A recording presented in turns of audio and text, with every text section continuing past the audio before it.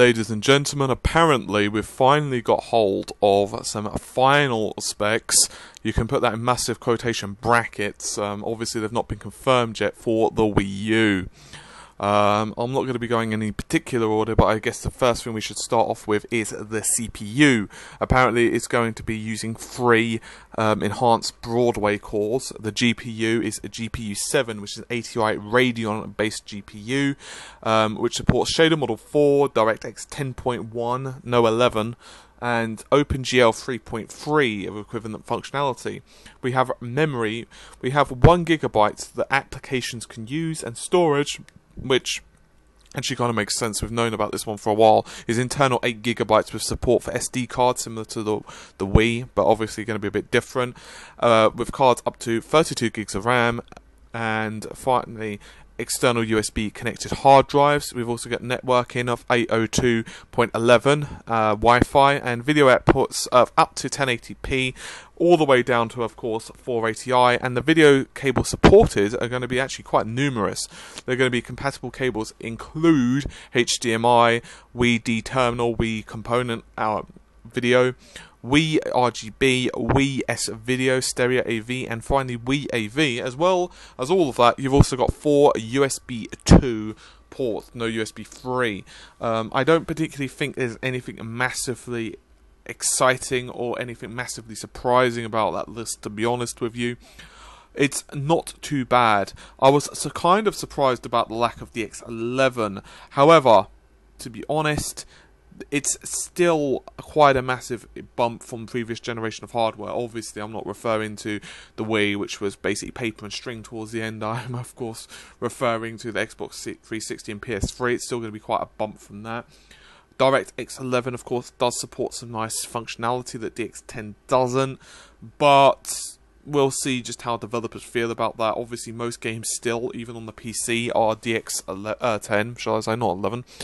And indeed, some people are still making DX9 games, so it shouldn't be too much of a problem. One could argue, however, it is consoles that are holding that back. 1 gig of RAM, assuming that's true, once again, these specifications have not been confirmed. 1 gig is basically twice that of what the Xbox 360 has, which obviously has 512. I'm pretty sure you guys know about this by now, but I'll go through it anyway, just for the one of two of you who have not. PS3 and 360 run a little bit differently. Basically, the PS3 runs with 256 megabytes of main system memory with another 256 dedicated for RAM. The 360 runs, however, with 512 megabytes with a small frame buffer. I believe it's 8 megabytes for the video. However, the rest of the RAM, the 512 shall I say, can be split however the developers decide it to be. Quite a few people, the developers I mean, do say that the 360 is a little bit easier to program for, mostly because of this, and also they say that it's a bit more difficult to get hold of, or shall I say utilise, the full functionality of the PS3's CPU, and the GPU as well is apparently slightly weaker, or at least a little bit more difficult to program for. Obviously, that doesn't mean that games look bad or anything on the PS3. To be honest, you know, whichever one of them, it's kind of interchangeable. Most people do say, however, that the 360's display on certain games does look a little bit more vibrant. I personally haven't done enough research into this to know 100%, so please feel free to correct me or provide links below. That would be great. Anyway, so the Wii U doubles this. It's not quite as much as I'd like to have seen, and as far as I'm reading right now, there doesn't seem to be a amount of RAM specified for the GPU, so whether that 1 gig is going to be unified like the 360, or whether that's just going to be 1 gig for the system RAM and say another 256 or 512, what have you, for the graphics card, it's still unknown. Once again, these have not been final specifications for the Wii U confirmed by Nintendo. To also be fair to Nintendo, one of the things that has been a running theme with them is they tend to under-evaluate their own hardware.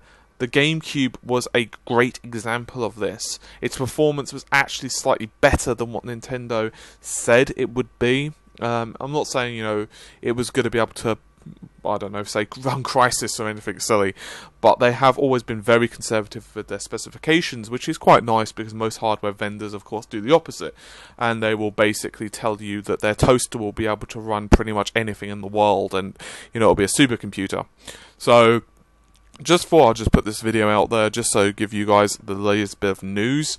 This is of course current, he says, as he can't actually remember the date, which is not exactly the best thing in the world. The 12th of September 2012, so obviously in a couple of days time, weeks time, we'll probably have learned a lot more, so I'll put out another video by then, and I'll probably do a lot more speculation based upon it, if we can get some confirmed specifications from Nintendo. I don't think that's going to happen tomorrow or anything, but we can always hope.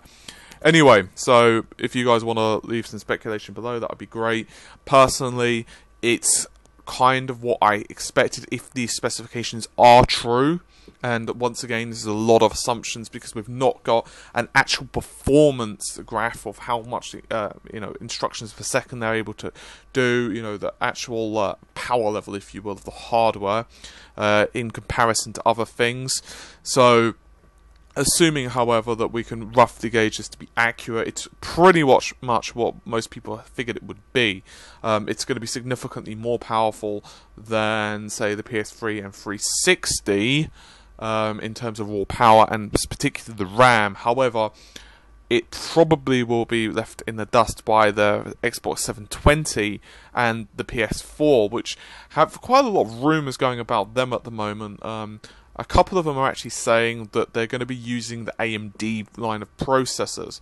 However, whether that's going to be true or not, and just how much calculations per second those CPUs are going to be putting out, and indeed, if they are going to be using AMD, it's almost certain, of course, they're going to also be tying that up with a Radeon graphics card. It's going to be quite interesting to see how they actually do in terms of raw performance also. Of course, there's nothing set in stone at the moment. We don't have anything as gospel.